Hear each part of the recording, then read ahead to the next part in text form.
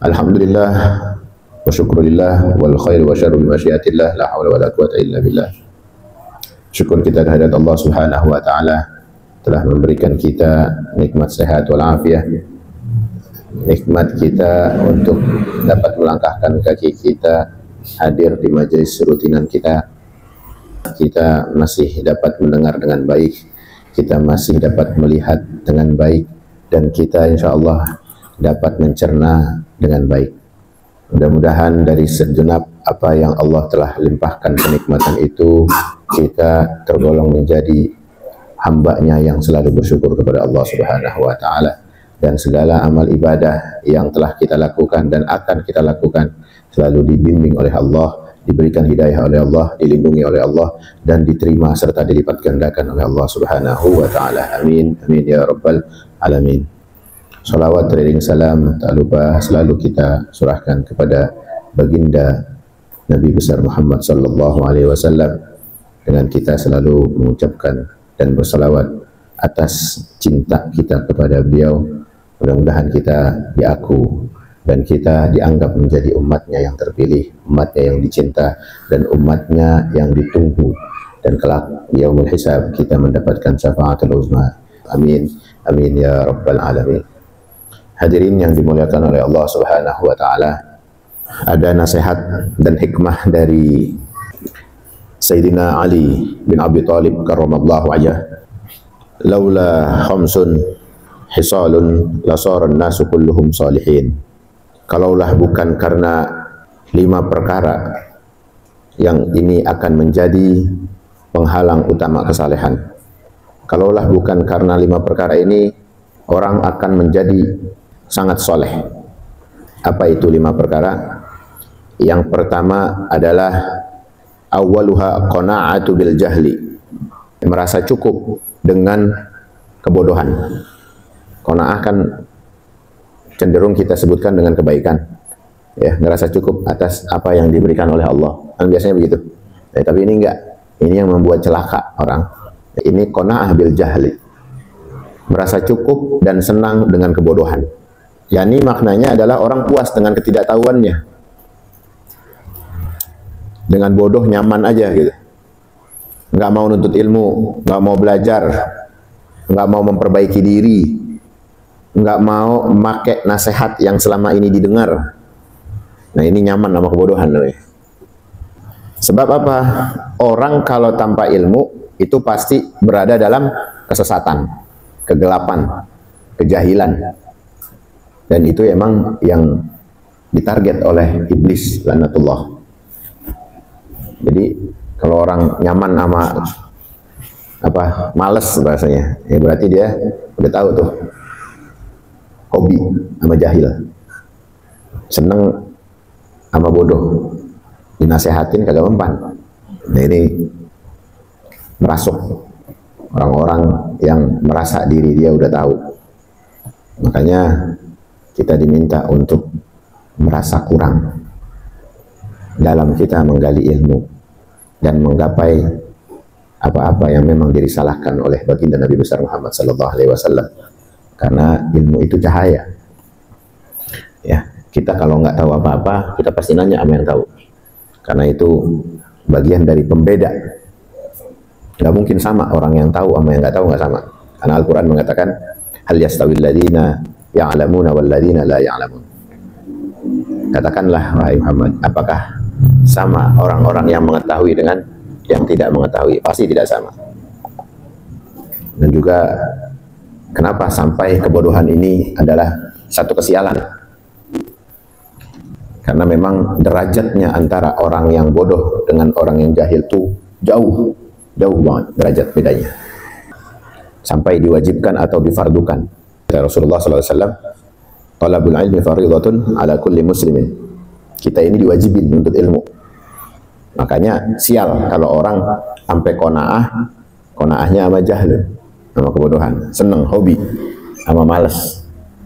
Pintu gerbangnya bodoh ya males awalnya, karena dia nggak mau belajar, nggak mau diatur, nggak mau diarahin, nggak mau dinasehatin.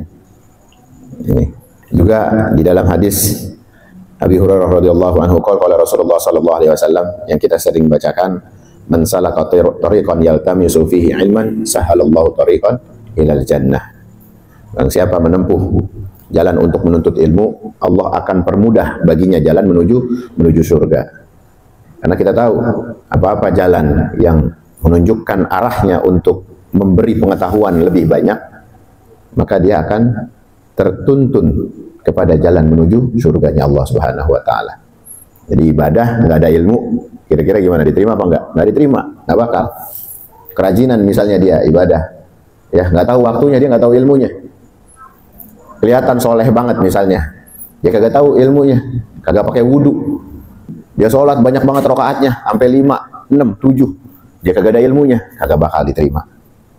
Ini pentingnya ilmu, ya, karena memudahkan jalan menuju surganya Allah Subhanahu wa taala. Cita-cita orang menjadi soleh kan ingin mendapatkan ganjaran surganya Allah yang memang dijanjikan. Nah, itu perlu ilmu. Ya. Juga dia bukan cuma sebagai penuntun kita dalam berhujjah, dia juga sebagai pelita kita. Nah, Imam Ghazali juga di sini mengatakan al-ilmu nurun yahdi billahil qulub. Sungguhnya ilmu itu adalah cahaya yang dengannya Allah memberikan petunjuk hati. Kita nggak bisa pengen hati terasa damai, nyaman, tentram dengan ibadah kalau nggak ada ilmunya. Nggak bisa. Harus benar-benar giat nih, duduk di majelis, di mana aja, catat dengan catatan yang kira-kira membawa manfaat, ingatan yang baik. Bahkan kalau ilmu itu hanya menjadi hiasan maklumat aja, tidak sampai masuk ke hati, maka dia tetap akan sia-sia. Nah, setelah kita tahu, lebih direnungkan lagi bahwa ilmu itu dapat bermanfaat untuk orang lain secara zahir dan batin. Kita bawa di dalam gerakan kita yang aktual, lalu membawa itu pengaruh kepada maknawinya. Sampai kesan-kesannya ilmu itu berasa. Dari omongannya, dari sikapnya, dari tegur sapanya. Nah, itu berasa hikmatnya ilmu.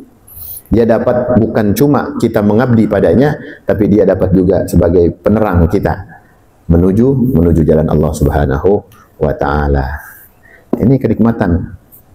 Ya. Yang kedua kata Imam Ali, kata Sayyidina Ali, al-hirsu 'ala dunya, tamak dan rakus sama dunia. Ya, makna tamak terlalu mencintai dunia sehingga lupa akan akhirat. Demen banget dah kalau udah urusannya bisnis, kerjaan, usaha, progres, udah bisa ngelupain apaan aja deh tuh kalau udah ada progres. Lewat semua. Ya, ngaji bakal ketinggalan juga. Ini terlalu apa? Terlalu tamak dan rakus terhadap urusan dunia. Makanya kita sering ngelihat orang yang capek banget dia ngejar-ngejar harta, berangkat masih gelap, pulang udah gelap. Ya. Ini terlalu mengejar. Bukan nggak bagus, silakan, karena kerjaan bagian adalah jihad fisabilillah juga. Tapi kita harus tahu setelan-setelannya. Jangan terlalu diporsir, ya. Jangan terlalu tamak sama sesuatu yang dikejar, tapi tanpa tahu tujuan akhirat kita. Keluar mah bagus, kita kerja, ya kan, nyari nafkah dari semangat pagi kita tuh. Karena emang pagi didoain sama Nabi. Umatku yang bangun pagi, yang bergerak di pagi hari akan diberikan keberkahan. Didoain sama Nabi. Tapi kalau kebangetan semangat dan melupakan akhirat kita, sampai lupa wudhu subuh. Jangankan subuhnya, wudhunya aja lupa. Gitu, kebangetan semangat. Lagi di jalan terus dia kejar sampai terbit matahari. Nah, ini kan ada di saat orang-orang masa-masa jahiliyah itu, ya jadi supir misalnya, lupa sama waktu. Ya asik aja, ya kan? Kata dia kalau udah ngejar mobil yang udah disalip, dia nggak mau kesalip lagi kalau gara-gara sholat. Sampai begitu. Punya prinsip. Sayang-sayang Pak, kalau saya berhenti sholat, tadi capek-capek saya nguber. Gara-gara saya sholat, akhirnya diuber lagi. Begitu perhitungannya. Akhirnya sampai tengah hari. Dia gagal sholat subuh. Nah, ini yang dimaksud adalah terlalu tamak sama urusan dunia. Nggak peduli dia. Nggak peduli. Halal, haram, nggak peduli. Terabas semuanya. Ini terlalu tamak. Jadi, itu yang bakal juga menghalangi orang untuk soleh, ya, jadi baik. Dia kayak orang penipu, korupsi, kan sama tuh. Dia kalau tahu mah, kalau memang dia menjaga akhiratnya, dia nggak bakal. Kalau dia pengen jadi orang soleh, kan kita pengen banget. Kalau berdoa pengen jadi orang-orang soleh. Tapi yang kayak begini, penghalangnya dilakonin. Kata Sayyidina Ali, penghalang kesolehan itu dilakonin, gimana bisa jadi soleh? Terlalu tamak. Ya, di Al-Quran dikatakan, "A'lamu annamal hayatud dunya la'ibun wa lahwun wa zinatan." Ya, sungguhnya ketahuilah bahwa kehidupan dunia itu hanyalah permainan dan senda gurau, perhiasan, bermegah-megahan di antara kamu, berlomba-lomba pada harta dan anak-anak. Ini Allah memperingatkan juga, alhaakumut takatsur, celaka bagi orang-orang bermegah-megahan dan ia melalaikan kalian. Celaka dia bahasanya disumpahin. Juga Rasulullah sallallahu alaihi wasallam katakan, "Lau kana li ibni Adam wadin min az-zahab habba anna lahu wadiyan akhar wa lam yamla'u fahun illa turab." Kata Nabi sallallahu alaihi wasallam, seandainya anak Adam memiliki satu lembah emas, maka ia pasti ingin dua lembah. Dan tidak akan ada rasa puas untuk memenuhi mulut Bani Adam kecuali apa? Tanah. Yaitu mati. Belum sampai puas, terus pengen tambah, pengen tambah. Ini karena ketamakan. Dan juga kata Imam Hasan Al-Basri, "Ad-dunya darul amal wal akhiratu darul jaza." Dunia ini adalah tempatnya kita beramal dan akhirat tempatnya balasan. Ya. Jangan sampai gara-gara urusan dunia lupa sama hisab kita. Ya, hasibu anfusakum qabla an tuhasabu. Coba kita reken-reken amal kita sebelum sampai kita direken amal kita. Kita sendiri nih yang reken nih. Karena bagian dari jihad kita, tahu kadar kita, apa yang kita makan, apa yang kita dapat. Yang dulu pernah kita sampaikan, kira-kira kalau aja sampai kita nggak bisa ngejawab pertanyaan malaikat dengan pertanyaan yang sungguh dahsyat, nah itu tanda bahwa kita telah makan syubhat, kita telah makan haram, kita telah makan hak orang lain. Itu aja sih. Karena malaikat waktu nanya kita nggak bisa pakai nggak ada. Langsung sabetan yang masuk. Kalau kita sama orang mungkin waktu ditanya bisa alasan, ngalor ngidul, ngeles sono kemari. Enggak sih, maksud gua sih begini. Maksud lu kan begitu kan? Ya kan? Nah, gitu nanya-nanya aja begitu tuh. Pengen ngeles-ngeles sampai lagi di dalam apa? Pengadilan. Dikasih bukti tambahan yang memberatkan apa? Pembelaan dia. Bukan pengakuannya, bukan kejujurannya, itu masih bisa dilakukan. Tapi kalau untuk malaikat besok, bisa kita pakai alasan begitu. Nyewa pengacara, nggak bisa. Bahkan amal kita sendiri, nggak bisa ngebelain kita kalau emang dasarnya apa? Dasarnya salah. Kali gitu dibelain, enggak. Ntar, saya sholat dia, saya belain dulu. Nggak ada. Makanan haram balasannya dulu. Sampai dia diberikan balasan yang setimpal. Kalau belum ditobatkan, kalau belum diselamatkan dari tanggungan-tanggungan dunianya. Kalau hitung-hitungan sama malaikat, masalah hati-hati. Yang ketiga, as-sukhu fadl, bakhil dengan kelebihan atau kikir. Kita bahas kikir waktu itu ya, bab kikir udah pernah kan? Kita bahas tuh. Nah di sini bakhil dengan kelebihan. Al-Quran mengatakan, "Wala yahsabanna alladziina yabkhaluna bima aataahumullahu min fadlihi huwa khairul lahum, bal huwa syarrul lahum. Sayutawwaquna ma bakhilu bih yaumal qiyamah." Janganlah orang-orang yang bakhil dengan apa yang Allah berikan itu mengira bahwa kebakhilannya itu adalah baik bagi mereka. Yang mikir apa? Mikir baik. Padahal dia sangat buruk bagi mereka. Dan Allah memuji orang-orang yang berinfak royal. Allah memuji di sini sama orang-orang yang senang berinfak. Wa ma anfaqtum min syai'in fahuwa yukhlifuh. Apa aja yang kalian infakkan, apa saja yang kalian infakkan itu Allah akan menggantinya. Karena Allah sendiri yang pengen mengapresiasi dari keroyalan kita. Dan Rasulullah juga bersabda, "Ma naqasa shadaqatun min mal." Dan tidak akan harta itu berkurang karena sedekah. Bahkan ente kalau janji Allah dan Rasulnya aja udah sampai ngejamin kelebihan, terus kita ngapain kita tunda? Gitu bener ya. Kalau aja ada jaminan pasti, ente yakin Rob ente bukan Rob yang gampang ngeles gitu. Ngapain kita ragu? Rasul antum ini Rasul yang shadiqul amin. Kalau udah sampai beliau mengatakan tidak akan berkurang, maka betul-betul tidak akan berkurang. Bahkan ketika kita menginfakkan itu ke jalan Allah dengan diri kita sendiri. Misalnya apa? Umroh, misalnya pergi umroh kita nih, ada jaminan Allah akan ganti dan berlipat-lipat dari tabungan kita. Orang kan kalau pakai matematika nggak mungkin, Ustaz.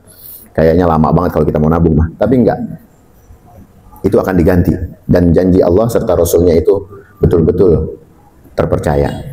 Kita kalau untuk diri kita sendiri padahal diganti sama Allah. Makanya jangan sampai kita kok pelit gitu sama diri sendiri, padahal bukan buat orang lain, buat diri sendiri. Ente beramal. Contoh misalnya kita pengen ngaji, cakep baju, beli baju koko, beli kopiah, siapin untuk mantesin sunnah, diganti sama Allah.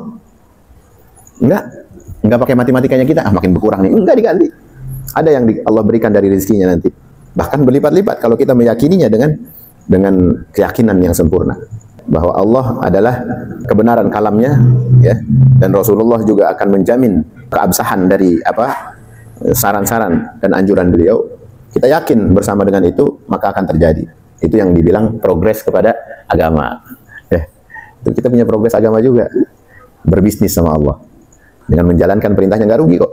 Ya makin bagus, iya, sunnah dapat, ya, wajah kelihatan berseri, ilmu nambah, majelis kita ngerasa lebih nyaman, lebih islami, karena kita menginfakkan itu kepada diri kita sendiri. Nah, itu yang ketiga. Nah, yang keempat adalah ar-riya'u fil amal. Ya, riya dalam amal, pamer ibadah. Ini yang mencegah kesolehan seseorang. Yang tadinya pengen soleh kagak jadi. Gara-gara apa? Gara-gara ada unsur pamer atau riya. Sedekah banyak. Ini nih ujiannya. Tadi kan udah tahu tuh ilmu sedekah, ilmu rajin misalnya, ya. Terus ilmu royal kita sama teman, ya. Tapi tiba-tiba ada gejolak yang membuat kita ini ingin pandangan mereka, pengen pandangan makhluk manusia. Maka ini yang mencegah kesolehannya seseorang. Yang tadinya soleh, yang dilakonin dari tadi nih, pakaiannya bagus, sedekahnya rajin, sholatnya rajin, jamaah rajin, tapi karena memiliki satu fenomena penyakit jiwa pada dirinya, ingin dipandang baik sama orang, ya, ingin pamer ibadah nih, maka itu akan menjadi penghalang kesolehan seorang hamba itu. Fawailul lil musallin alladzina hum an salatihim syahun alladzina hum yura'un. Celaka dikatakan celaka orang-orang yang sholat, ya, yaitu mereka yang lalai dari sholatnya, yang berbuat riya, ya. Alladzina hum yura'un, yang pengen dilihat, yang berbuat riya. Orang itu predikat untuk menghadap Rabbul Alamin dengan kewajiban yang Allah tetapkan untuk kita, kok kita persembahkan untuk makhluknya. Gimana Allah nggak marah? Gimana nggak jadi celaka? Gitu. Harusnya dapat merubah kepribadian kita. Yang kita pernah bicarakan bahwa sholat kita bawa. Ini kok nggak jadi ke bawah main teh? Kita nggak bawa sama kita. Kita pengen pandangan orang. Boleh lah kalau itu masih di taman kanak-kanak, ya, nggak apa-apa. Kita udah tua, bukan taman-taman. Nggak ada taman orang-orang aki-aki, nggak ada. Taman aki-aki di surga besok. Nah, berarti apa? Ditugaskan kita untuk menjauh dan melepaskan diri dari pandangan makhluk. Itu harusnya supaya kita menuju kepada amal orang-orang yang soleh. Ya, itu kita beramal sama orang-orang soleh begitu, jauh dari riya, dari pamer, dari ancaman-ancaman Allah, sampai dibilang celaka kan, bahaya. Ya, nauzubillah min zalik. Juga Rasulullah sallallahu alaihi wasallam bersabda, "Akhwafu ma akhafu alaikum asyirkul asghar." Ya. Qalu wa ma syirkul asghar ya Rasulullah? Qala ar-riya. Yang paling aku khawatirkan atas kalian adalah syirik kecil. Syirik kecil. Mereka bertanya, apa itu syirik kecil wahai Rasulullah? Syirik kecil yakni adalah riya, beliau menjawab. Karena dia menyembah atau dia berbuat amal baik itu bukan karena Allah jadinya. Ya, karena sesembahan. Apa itu? Anggapan. Karena pamor dia. Kan bahaya kalau udah begitu kan. Besok nggak bakal diterima. Nah, tobat orang nggak diterima. Tobat syirik dalam keadaan syirik itu nggak bakal diterima sama Allah. Amal dalam keadaan syirik juga nggak bakal diterima. Nah, syiriknya sama siapa? Itu tadi Rasul katakan. Pada pandangan orang. Ini sebetulnya masalah ini adanya di hati. Emang nggak kelihatan. Ya, ini repotnya. Makanya peranan ini betul-betul diminta kepada kita, ya, hamba Allah, umat Rasulullah, supaya kita betul-betul hati-hati dalam menjalankan ibadah. Kelihatannya gampang diomongin. Kelihatannya diuji kita. Beramal misalnya, nyapuin jalanan. Lu nggak tahu, pengen banget dianggap. Dikencengin, serot biar berisik. Pengen banget kelihatan kerja, digotok kenceng banget, padahal nggak perlu kenceng-kenceng. Biar bangun, biar tahu gue yang lagi kerja. Ya, bukan nggak bagus. Bagus, tapi bagus untuk ente doang sama pandangan orang. Rapi sih rapi, tapi pahalanya nggak ada. Ganjarannya cuma sampai di pujian doang. Masya Allah, dia mah rajin banget. Sampai situ, kelar. Nggak ada karena Allahnya. Nggak ada akhirnya hikmahnya dari pengabdian itu nggak ada. Ya habis pengen dilihat orang. Ini kalian ada CCTV di sini, biar kelihatan. Lihat no rekamannya, berapa banyak gua nyapu, ngepel, bersihin, nata, gitu. Karena dia nggak karena Allah, bukan panggilan karena Allah, bukan anjuran-anjuran yang memang harus dilatih untuk ikhlas. Akhirnya kesel, marah, diledekin apa marah, disindir marah. Sebetulnya kalau orang ikhlas mah nggak marah, tenang aja. Lu jangan napas lu, kan nggak bisa kita ngatain napas. Kenapa? Karena ikhlas banget kita napas kan, nggak perlu gua ngizin sama lu. Kenapa emang? Paru gua punya gua, napas gua punya gua. Keikhlasan nafas itu luar biasa loh. Coba jadiin amal kita seperti nafas kita. Jadi nggak usah kesinggung. Kalau emang dia nggak mandang, santai aja. Kita tahu kan, Allah bukan Rabb pelupa. Ya, wa ma kana Allahu rabbuka nasiya. Allah itu bukan Rabb pelupa. Orang boleh lupa, orang boleh pora-pora, boleh. Bahkan ngatain, udah capek-capek, dilihat sama dia, ngatain. Kalau kita karena manusia, kita kesinggung. Tapi kalau bukan karena manusia, bukan karena makhluknya, ngapain kita kesinggung? Ngapain kita ambil pusing? Ini, ya, belajar untuk kita ngelatih diri. Ini kita disuruh mawas diri, hati-hati banget dah. Kalau udah sampai jadi orang soleh, masih disuruh hati-hati. Dari tadi tuh, ya, udah pinter, kita nggak jahil, kita nggak nyaman, kita pengen pinter. Udah pinter, tahu ilmunya, kita pengen ibadah. Udah pengen ibadah, kita pengen sedekah. Semua anjuran-anjuran tuh, kan, kita jalanin. Terakhir apa? Disuruh kita jangan riak. Karena riak itu bagian hati. Pengen dipuji, misalnya di YouTube view-nya banyak apa kagak, biarin amat kalau emang manfaat Allah yang kasih. Imam Sufyan Ats-Tsauri juga berkata, ma'ala syai'in asyaddu min niyati. Ya, beliau mengatakan tidak ada yang lebih sulit bagiku dalam merawat selain adalah niatku. Makanya ngerawat niat tuh baik banget, bener-bener susah. Ini kata Imam Sufyan Ats-Tsauri. Ya, ngobatin niat. Niatin, karena kan niat kembali kepada kita kan. Innamal a'malu binniyat wa innamal likulli imri'in ma nawa. Orang akan dicari atau diajak atau dihisab atas niatnya. Maka rawat niat baik-baik. Ini karena Allah, apa karena orang, apa karena kita takut, apa karena kita segan, apa karena kita malas disindir, apa karena itu tuh karena banyak banget kan. Nah, rawat lagi niat kita. Benar-benar supaya ya Allah betul-betul lurusin niatku ya Allah, bimbing aku ya Allah dalam sujud-sujud terakhir kita, dalam tahiyat salat kita. Minta ya muqallibal qulub, yang Maha membolak-balikan hati. Sabit qalbi ala dinik, tetapkan hatiku dalam agamamu. Itu kita minta, nggak bosan-bosan dong. Ya, kan pengen jadi orang soleh. Jadi kita harus coba melatih diri kita. Nah, yang kelima, yang terakhir adalah kata beliau, i'tizazu birra'yi, membanggakan diri dengan pendapatnya. Banggain diri sama pendapat sendiri. Misalnya kita punya pola pikir nih, wah bangganya bukan main. Ini kalau bukan karena pikiran gua nih, aja gitu. Tuh, nauzubillah min zalik. Ini kata beliau, yang mencegah kesolehan seseorang. Salah satu yang terakhir ini adalah i'tizazu birra'yi, membanggakan diri atas pendapatnya sendiri. Ya, ujub di sini dalam tanda kutip adalah ujub dan kesombongan di dalamnya. Ya, menyakit hati, halus banget itu. Orang ini kalau bukan karena gua nih, nggak bakal jadi dah. Kemarin tuh gua bilang begini. Itu ada celah untuk merusak kesolehan kita. Yang tadi 4 udah dilakoni nih, udah dicegah semua nih. Ya, giliran yang terakhir kalah. Kita masih merasa bangga kepada pendapat kita sendiri. Padahal apa? Padahal semua yang berlalu dalam kebaikan itu datangnya dari Allah Subhanahu wa taala. Allah yang ngasih, tapi engkau yang menghapus dan menghilangkan kesan-kesan baik itu. Maka hilang kesolehan seorang. Itu merasa paling benar. Ya. Dan Allah kan paling benci sama kesombongan.